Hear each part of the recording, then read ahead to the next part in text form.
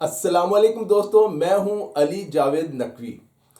امریکی صدر Donald Trump Iran میں رجیم چینج کرنا چاہتے تھے، لیکن ایران کی بجائے امریکہ میں رجیم چینج ہو گئی ہے۔ صدر ٹرمپ کی جانب سے امریکی فوج میں سینئر ترین جرنیلوں کی برطرفیاں، جبری ریٹائرمنٹ اور تبادلے اس بات کا اظہار ہیں کہ پینٹاگون اور وائٹ ہاؤس میں ہی جنگ شروع ہو گئی ہے۔ ایران نے 4 اپریل کو ایک ہی دن امریکہ کے مزید 3 جنگی طیارے گرا کر دنیا کو حیران کر دیا۔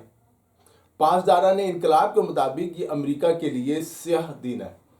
ایران کے نئے جدید ترین فضائی دفاعی نظام سے 3 طیارے، 5 ڈرون اور 2 کروز میزائل تباہ کیے گئے، جس کے بعد امریکہ نے فضائی حملے روک دیے۔ 2 امریکی پائلٹوں کو بھی گرفتار کیے جانے کی اطلاعات ہے، لیکن ابھی امریکہ نے اس خبر کو کنفرم نہیں کیا ہے۔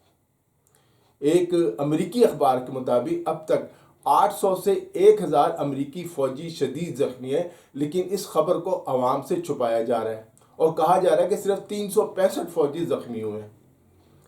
جبری ریٹائر کیے جانے والے جرنیل صدر ٹرمپ کو سمجھانے کی کوششیں کرتے رہے ہیں کہ وہ ایران پر قبضہ کرنے کا خواب دیکھنا چھوڑ دیں۔ یہ عملاً ممکن نہیں ہے، اس کی بہت بھاری قیمت چکانی پڑے گی۔ امریکی وزیر دفاع کا دعویٰ ہے کہ وہ ایسے جرنیلوں کو آگے لا رہے ہیں جو ٹرمپ کے ویژن کو سمجھتے ہوں اور اس کے مطابق کام کریں۔ دوسری طرف سینئر ترین جرنیلوں پر ٹرمپ کے عدم اعتماد سے امریکی فوج میں بددلی پھیل گئی ہے۔ یہ بھی کہا جا رہا ہے کہ جو سیاہ فام فوجی ہیں ان کی ترقیاں بھی روک لی گئی ہیں۔ صدر ٹرمپ کے قوم سے خطاب کو اگر غور سے دیکھا جائے تو اس سے کافی باتیں سمجھ آ جاتی ہیں۔ امریکہ ایران کے خلاف اپنی کارروائیاں جو ہے اگلے 2 سے 3 ہفتے جاری رکھے گا، یعنی یہ جنگ اس ماہ جو ہے اپریل میں بند نہیں ہوگی۔ ٹرمپ نے یہ دھمکی بھی دی ہے کہ اگر ایران سے کوئی معاہدہ نہ ہوا تو اسے پتھروں کے دور میں بھیج دیں گے، یعنی مکمل طور پر تباہ کر دیں گے۔ ان کے اس بیان کی پوری دنیا نے مذمت کی ہے کہ کسی قوم کو اس طرح کی دھمکیاں دینا عالمی قوانین کے خلاف ہے۔ پہلے صرف ایٹمی پروگرام ختم کرنے کا ایجنڈا تھا، پھر اسے رجیم چینج کا ایجنڈا بنا لیا گیا، اور اب پوری ایرانی قوم کو پتھروں کے دور میں بھیجنے کی دھمکی دے دی ہے۔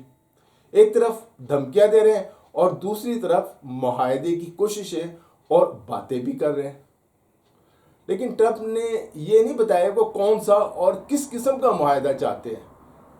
بس وہ یہ چاہتے ہیں کہ ایران سرنڈر کر دے کسی نہ کسی طرح۔ بات کافی حد تک سمجھ میں آتی ہے کہ ان کا مقصد کیا ہے۔ ان کی خواہش ہے کہ ایران کہہ دے کہ جی وہ جنگ ہار گیا اور امریکہ جیت گیا۔ دراصل ٹرمپ چاہتے ہیں کہ جنگ پہلے والی صورتحال بحال ہو جائے، کہ جنگ سے پہلے جو حالات ہیں وہ واپس آ جائیں، یعنی وہ سمندری راستہ دوبارہ کھل جائے آبنائے ہرمز، جو اب شاید ممکن نہیں لگتا۔ جہاں تک ایران پر حملے کی بات ہے، انہوں نے خاص طور پہ کہا کہ وہ ایران کے بجلی کے نظام اور پاور پلانٹس کو نشانہ بنائیں گے۔ ادھر امریکہ کے وزیر دفاع بھی ایران کے خلاف ایک محدود زمینی کارروائی کی تیاریاں کر رہے ہیں۔ بیٹھے وہاں نقشے دیکھے جا رہے ہیں، پینٹاگون میں منصوبے بن رہے ہیں جسے وہ 2 سے 3 ہفتوں میں مکمل کرنا چاہتے ہیں اس کارروائی کو۔ اس وقت تقریباً 70,000 امریکی فوجی مشرق وسطیٰ میں موجود ہیں، جن میں ایئر فورس اور میرینز بھی شامل ہیں۔ جن امریکی فوجی افسروں کو ہٹایا گیا ہے وہ یہ بات بتا چکے ہیں کہ ایران سے زمینی جنگ جیتنا ممکن نہیں، افزودہ یورینیم لینا ایران سے اتنا آسان نہیں ہے، اس سے امریکی فوجیوں کی بڑے پیمانے پر ہلاکتیں ہوں گی۔ جب جنگ شروع ہوتی ہے تو اسے محدود رکھنا مشکل ہو جاتا ہے اور یہ اپنے حساب سے پھیلتی چلی جاتی ہے۔ اس کی بات کی بھی کوئی گارنٹی نہیں کہ امریکہ اپنے مقاصد حاصل کر پائے گا۔ پہلے یہ کہ یہی کلیئر نہیں کہ امریکہ کا مقصد کیا ہے۔ اب اگر امریکہ واقعی ایران کے بجلی کے نظام کو تباہ کرتا ہے تو اس کے بڑے خطرناک اثرات ہوں گے۔ ایران کہہ چکا ہے کہ اس کے جواب میں خلیجی ممالک میں موجود 18 امریکی ٹیکنالوجی کمپنیوں کو نشانہ بنائے گا، جس میں گوگل اور ایمیزون سمیت بہت سی کمپنیاں شامل ہیں۔ اگر ایسا ہوا تو ان ممالک کے ڈیٹا سینٹرز تباہ ہو سکتے ہیں جن پر اربوں ڈالرز خرچ ہوئے ہیں۔ اس کے علاوہ تیل کی پیداوار بھی متاثر ہوگی، کیونکہ آج کل تیل کا نظام بھی جو سارا ڈیجیٹل طریقے سے چلتا ہے۔ ایران عالمی سطح پر تیل، گیس، سلفر اور بیریم جیسے اہم وسائل پر بھی اثر رکھتا ہے، جو جدید ٹیکنالوجی خاص طور پر مصنوعی ذہانت کے لیے بہت ضروری ہے۔ آرٹیفیشل انٹیلیجنس کے لیے بہت زیادہ اور سستی توانائی بجلی درکار ہوتی ہے۔ اگر صورتحال خراب ہوتی ہے تو امریکہ کو نہ صرف مشرق وسطیٰ کی مارکیٹ کا نقصان ہوگا، بلکہ وہ چین سے ٹیکنالوجی کی دوڑ میں بھی پیچھے رہ سکتا ہے۔ کسی نے نہیں سوچا تھا کہ ایران امریکہ کو اس خطے میں اس طرح چیلنج کر سکے گا، اسے اتنا نقصان پہنچائے گا۔ لیکن گزشتہ 35 دنوں میں ایران نے حیران کن کارکردگی دکھائی ہے۔ اس کا مطلب یہ ہے کہ موجودہ عالمی نظام کمزور ہو رہا ہے اور ایک نیا عالمی نظام ابھر رہا ہے۔ امریکی سپر پاور، امریکی سامراج کا سورج غروب ہو رہا ہے۔ اس نئے عالمی نظام میں ایران، پاکستان، چین اور روس اہم کردار ادا کر رہے ہیں۔ آنے والے سالوں میں پاکستان، ایران، چین اور روس کا ایک مضبوط بلاک بن جائے گا، جس میں برکس کے کئی ممالک شامل ہو جائیں گے۔ بھارت برکس کا ممبر ہے، لیکن پاکستان اور چین سے کشیدگی کے باعث وہ اس نئے بلاک میں شامل نہیں ہوگا۔ پاکستان جنگ بندی کے لیے مسلسل کوششیں جاری رکھے ہوئے ہے، لیکن دوسری طرف ایک نئی خبر یہ آئی ہے جس کا سورس امریکی اخبار واشنگٹن پوسٹ ہے کہ ایرانی وفد اسلام آباد میں امریکی حکام سے ملنے کو تیار نہیں ہے۔ ایران نے باضابطہ طور پر آگاہ کیا ہے کہ آئندہ دنوں میں اسلام آباد میں امریکی حکام سے ملاقات کے لیے نہیں آئے گا، اور یہ کہ امریکہ کے مطالبات ناقابل قبول ہیں۔ ترکیہ اور مصر بھی اب اس حوالے سے کوششیں کر رہے ہیں اور مذاکرات کے لیے مقامات جن میں قطر یا ترکیہ کا شہر استنبول شامل ہے اس پر غور کیا جا رہا ہے، جبکہ مذاکرات کی بحالی کے لیے نئی تجاویز بھی زیر غور ہیں۔ اس سے پہلے امریکی صدر ڈونلڈ ٹرمپ نے دعویٰ کیا تھا کہ ایران نے جنگ بندی کی درخواست کی ہے، لیکن ایران نے اس کی تردید کر دی تھی۔ پاسداران انقلاب نے بھی، عباس عراقچی نے بھی، ایرانی صدر نے بھی، کہ ہم نے تو مذاکرات کی کوئی درخواست کی ہی نہیں۔ صدر ٹرمپ جو ہے وہ خود سے مذاکرات کر رہے ہیں۔ جنگ بندی کی کوششیں شروع ہونے پر ایران نے واضح کیا تھا کہ وہ جنگ اسی صورت میں ختم کرے گا جب امریکہ ہرجانہ جرمانہ ادا کرے گا، مشرق وسطیٰ میں اپنے فوجی اڈے ختم کرے اور آئندہ حملے نہ کرنے کی ضمانت دے۔ چین یا روس اس کی گارنٹی دے۔ واشنگٹن پوسٹ نے دعویٰ کیا کہ ایران اور امریکہ کے درمیان جنگ بندی کے حوالے سے پاکستان کی قیادت میں علاقائی ممالک کی کوششوں کا حالیہ دور اختتام کو پہنچ گیا ہے، یعنی پاکستان ناکام ہو گیا۔ واشنگٹن پوسٹ کی یہ خبر 100% درست نہیں ہے، ایسا نہیں ہے۔ ایک بات یہ ہے کہ ایران نے امریکی مطالبات مسترد کیے ہیں، پاکستان پر عدم اعتماد کا اظہار نہیں کیا ہے۔ واشنگٹن پوسٹ پاکستان اور ایران میں غلط فہمیاں پیدا کرنے کے لیے اس طرح کی رپورٹیں شائع کر رہا ہے۔ امریکہ میں ایک لابی بہت عرصے سے کوشش کر رہی ہے کہ پاکستان کو ایران کے مقابلے میں ایران کے خلاف لایا جائے۔ دوسری بات، 4 ثالث ممالک پاکستان، ترکیہ، مصر اور سعودی عرب کا اگلا اجلاس ترکیہ میں پہلے ہی طے تھا، اور اس کا مقصد صرف جنگ بندی نہیں بلکہ ان 4 مسلم ممالک کا ایک فوجی اتحاد قائم کرنا ہے۔ حیرت ہے اس بات کا واشنگٹن پوسٹ کو نہیں پتا۔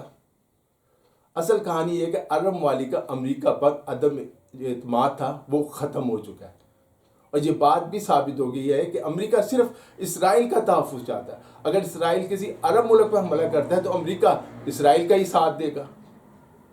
امریکہ اور اسرائیل کو پاکستان کا قائدانہ کردار پسند نہیں آ رہا، اس لیے کبھی متحدہ عرب امارات اور کبھی کہیں اور سے بیانات دیے جا رہے ہیں۔ کبھی واشنگٹن پوسٹ کو استعمال کیا جا رہا ہے، وال اسٹریٹ جرنل کو استعمال کیا جا رہا ہے۔ متحدہ عرب امارات اور پاکستان کی کشیدگی کے پیچھے بھی امریکہ کا ہاتھ لگتا ہے یا یہودی لابی ہے۔ یو اے ای میں 17 لاکھ پاکستانی ہیں جن کی جان و مال کے تحفظ کی ذمہ داری حکومت پر ہے، اور ان پاکستانیوں کی حفاظت کے لیے حکومت کو یو اے ای کو 2 ٹوک اور سخت پیغام دے دینا چاہیے۔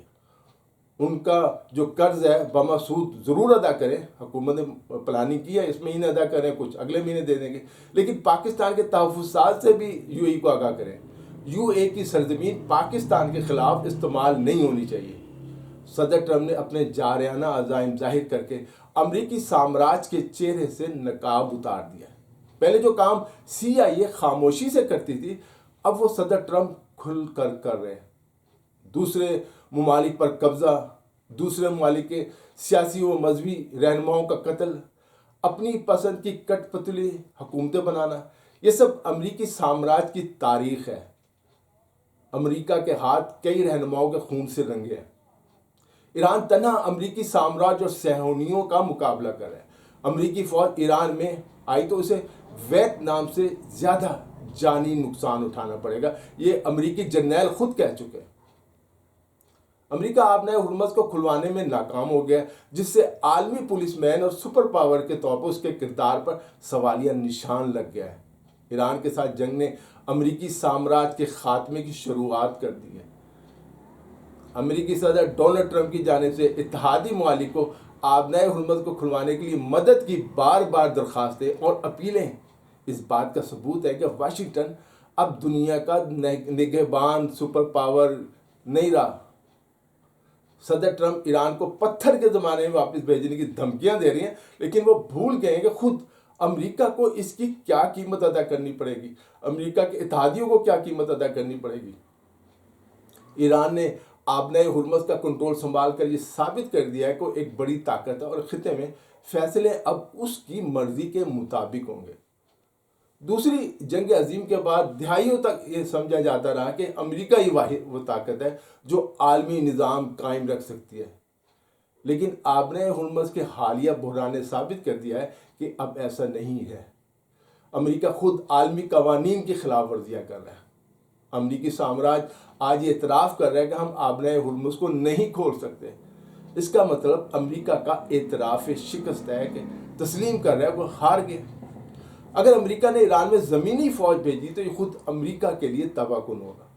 ایران نے اب تک کئی امریکی جنگی طیارے گرا دیے ہیں۔ وہ امریکی سامراج سے ایک طویل لمبی جنگ لڑنے کی مکمل تیاری کر چکا ہے۔